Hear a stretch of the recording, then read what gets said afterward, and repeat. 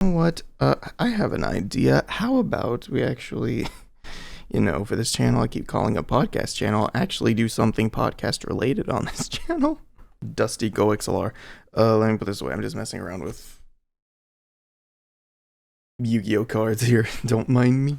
So yeah, I don't have a topic or anything. This is just gonna be me talking, I guess. I mean, I can go over the obvious things, like with MatPat's retirement from the scene. Would you call it retirement? He's retiring the host position of a game theorist, right? He said in his video, if you haven't seen it, you should watch it. I'll leave a link in the description if you want to check that out. In the video, he said he's stepping down from the hosting role. He'll still be a part of Theorist, that he'll be working with his team leads, the creative leads and everything. So he's still going to be there. He's just not going to be hosting anymore. But even still, MatPat was one of many YouTube icons, one of the biggest. And you can, when people say MatPat, they also connect it to the game theorists, right? But the game theorist itself has grown into something itself. Same with MatPat. Sure, you have them both, right? They're both connected, but you also have them as separate. Sure, they're the same, and it's actually kind of similar what MatPat was talking about, the eras of game theorist, how his era is fading and a new era is coming in, which, by the way, obviously, big farewell to MatPat. He still has his final, MatPat's final 9, was it? Or MatPat's final 10, something like that. So he's going to be around for a little bit more before he retires. But I am excited for the future, seeing Tom, Amy, Lee, Sante. Excited to see them as the new future of theorist, game theorist, food theorist, film theorist, style theorist. Because I've seen them throughout the different shorts and some of the videos, so they're all awesome, and I'm really looking forward to seeing their future. Yeah, I sort of already had it's probably gonna end abruptly because I've already had this conversation with a friend. MatPat will always live in the hearts of those who you've inspired, always be in the heart of people who you've entertained for years, who you've given knowledge to over the years. You will be missed. You will be missed. But also, very, very excited for, what's gonna come out of it, the future, the next era of game theory. Looking forward to that. Really looking forward to that. Oh, speaking of recent things that I've seen, I've watched The Longest Podcast Ever. I think, was it their first video that they did, The Longest Podcast Ever? They interviewed Oreo, and just watching the video, they, if you want to watch that video too, I'm going to link that in the description below because I'm going to be referencing a few things from it. So they talk about, one of the things they talked about was collaboration. How to reach out to someone, how to work with someone. Just listening to them talking about it made me realize, wow, I am never going to collab with anyone. For those of you this is really embarrassing, but for those who've seen those old videos of mine on Nate is Confused, the main channel, I have worked with people before in the past, and for those of you, I don't know if I've ever told, I feel like I told this story, but way back early on my channel, I was brought on to a big project to do Pokemon the musical, Pokemon Sun and Moon the musical, and I was brought on as a lyricist. It unfortunately never got to see the light of day, but that was a very joyful experience because I never got to work with people like that before. But I think the early days of my channel is probably like peak collaboration that I'm ever going to have, that being because I might not ever collab. So, and I'm not saying that as, oh, I have lack of skill, I don't deserve to work with these people. I mean, maybe a little bit, but one of the main reasons is because I mean, for those of you, if you're new to the channel, this will be new to you. If you heard me talk before about social anxiety, or if you just seen my posts on Twitter, you'll know social anxiety is abundant in here. When it comes to this situation right here, where it's just you and me. There's no one else here. It's just me and this camera I'm looking at. That's no social problem, anxiety problem. When it comes to actual voice-to-voice interaction or face-to-face interactions, let's say voice-to-voice because most, collaborations for people, long distances, you get connected through Discord or something like that. As far as the communication side, again, voice-to-voice interaction, those are the specific interactions that I have the most problem with. Bringing it back around to why for collaboration. I kind of in a way distance myself from other creators using the strategy I like to call a drop of water in the ocean. That being, I just, I make comments under videos. I do the thing where, I see them on Twitter. I may comment on Twitter. But just like a drop of water in the ocean, it is rarely seen. And this sounds very self-destructive, but I use this to distance myself from other creators because I have this fear in the back of my mind, like if for whatever reason, blessed, why'd I do it like that? Blessed reason, any creator wants to contact me for any reason that's specifically business related, work related.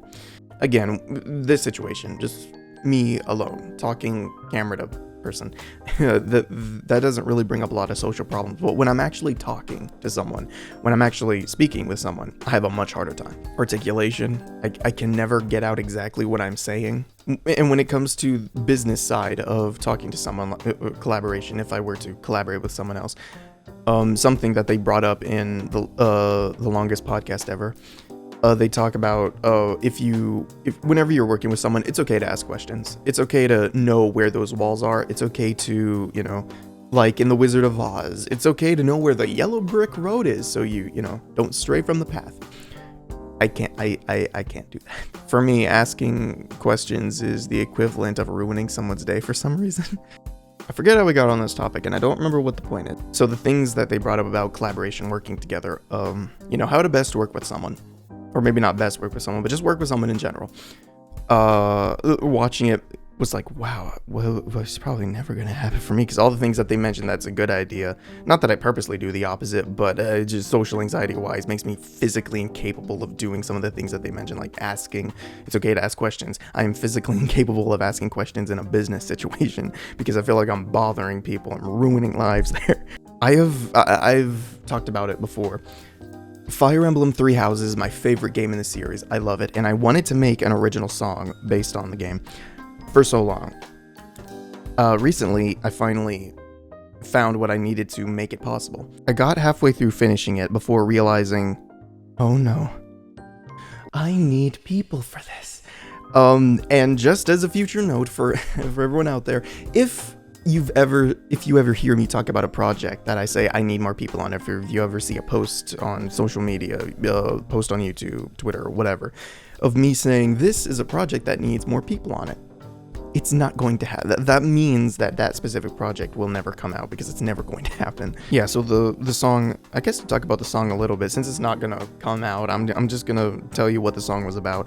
So I wanted to focus on the aspect of the war that Edelgard wages upon the Central Church, the Church of Saros, declaring war on Fargus, because the Central Church, the Kingdom of Fargus and the Church of Saros have connections, so declaring war on the church also declares war on Fargus. So that war that Edelgard wages, and the fight between Edelgard, Dimitri, Claude, I wanted to focus on that part, make the song about that specific part of the story, and not just to emphasize like, oh, it's a war, it's someone conquering everything. It's about this tyrannical emperor trying to wipe out everything, destroy everything, conquer everything, because it's more than that.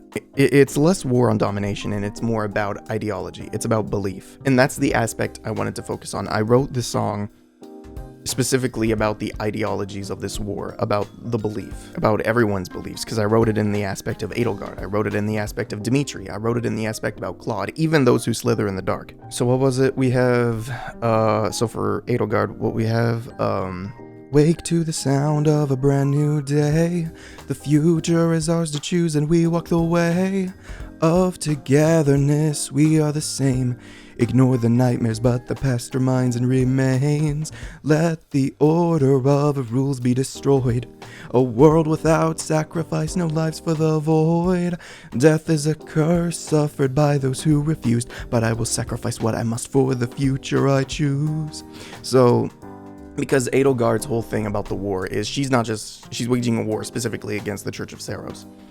Because she doesn't agree with the system that they have for governance. The idea that you bear a crest, and the crest is what gets you your title. It's what gives you your status as a noble, and she disagrees with that. She wants to get rid of that because it's, even amongst, if you choose her, you find Ferdinand, a younger brother of this noble house who once had an older brother, but because the older brother didn't have a crest, he was essentially disowned. So Edelgard wanted to put a stop to that, and she has other reasons, like what I referenced here.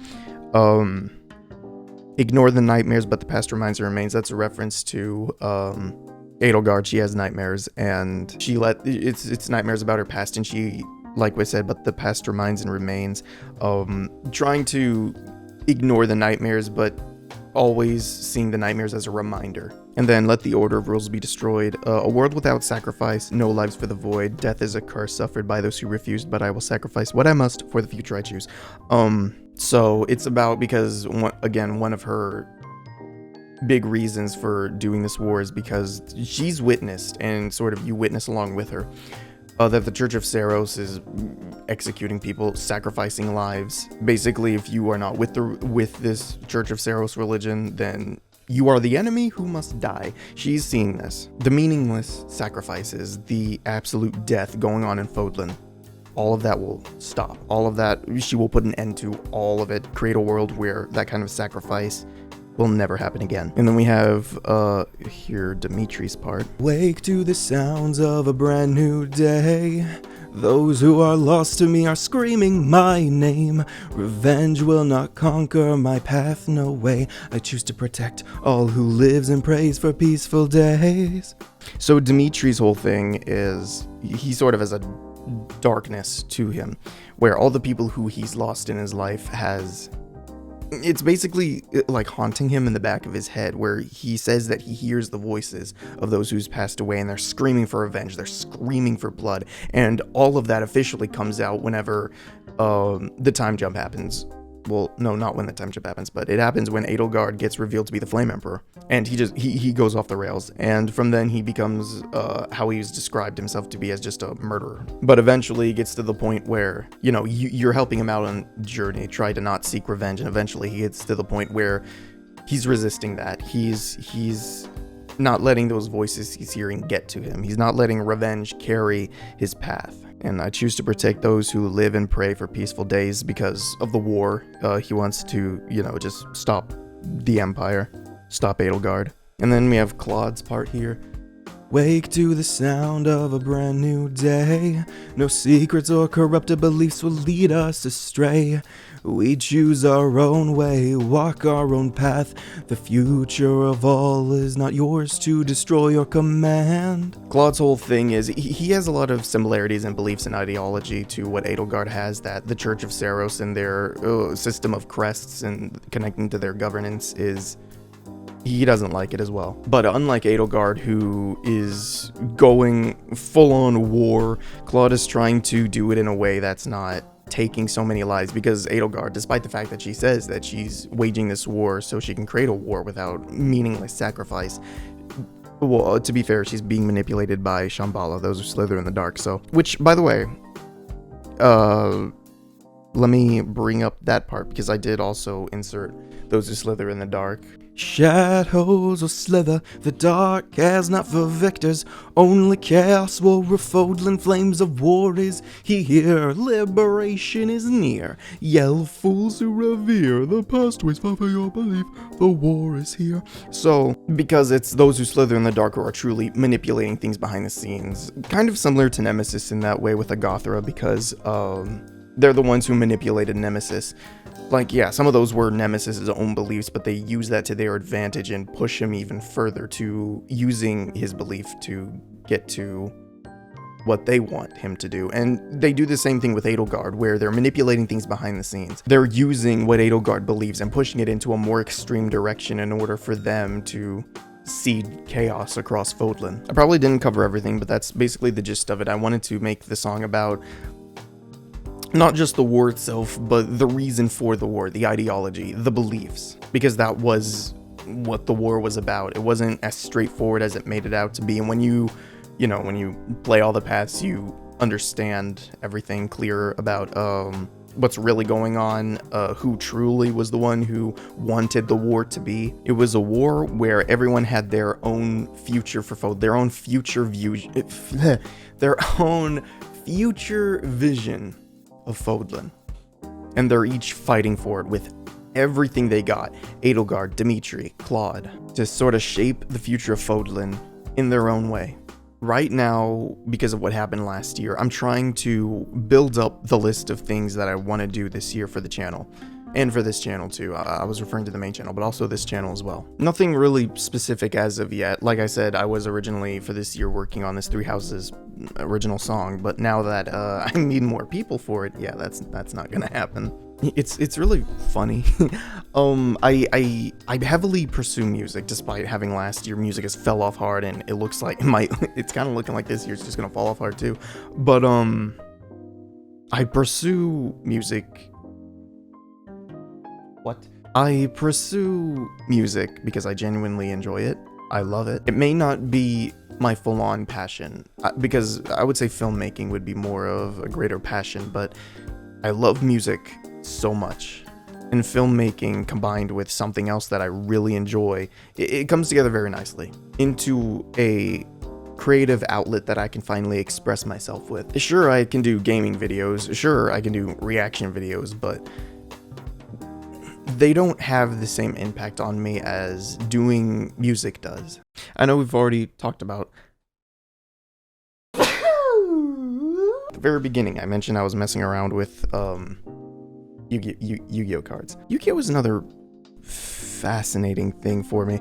Yu-Gi-Oh is one of those things where it's a franchise I really enjoy, and I only just recently actually got physical cards to own. It's sort of like a fad for me in a way, where there's one, it happens to me annually. I don't know if I talked about this, but annually, 1 year, once every year, one random month, every year, I just get super into Yu-Gi-Oh! And I watch the anime, I play the game either physically or online with games like, what was it, Duel Masters, Duel Links, both of those things. Yeah, Yu-Gi-Oh! Is one of those interesting things. I would say when it comes to my favorite franchises of all time, it would be Star Wars, Yu-Gi-Oh!, and now Fire Emblem. Fire Emblem was a very more recent thing. I originally started with playing Path of Radiance, but I hated it. I hated it whenever I first started playing it.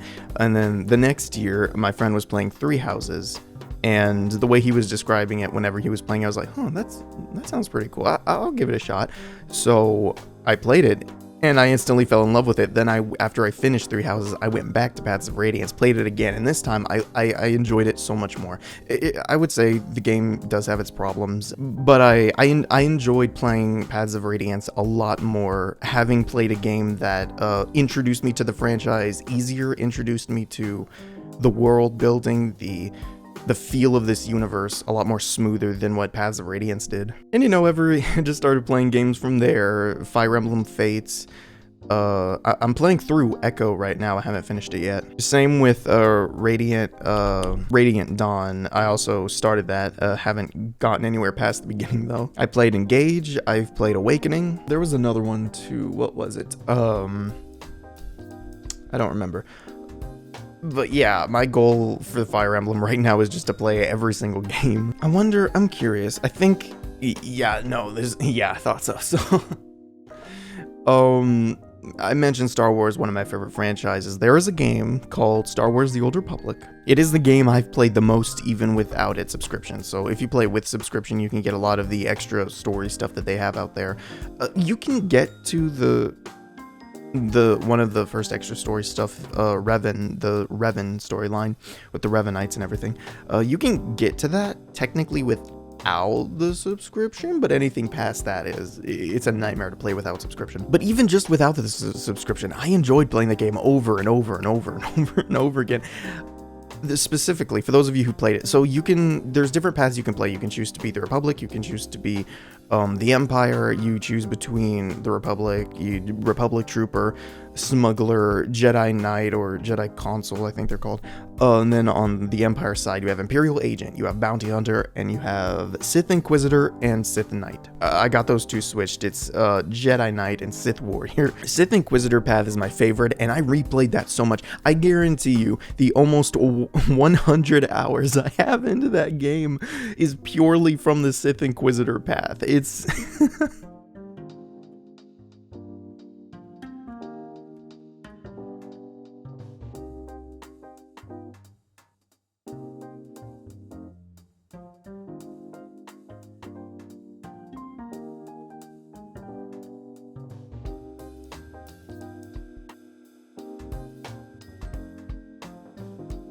I can only think of Fire Emblem right now, so I think it's best to end off this video here. I want to make more of these actual podcast episodes. Maybe in the future I'll, bring on some friends, have a talk with them. But I would like to have more of these videos where, I just have the time to talk about things. Well, just like with any other video I make, I don't know how to end it, so see you next time.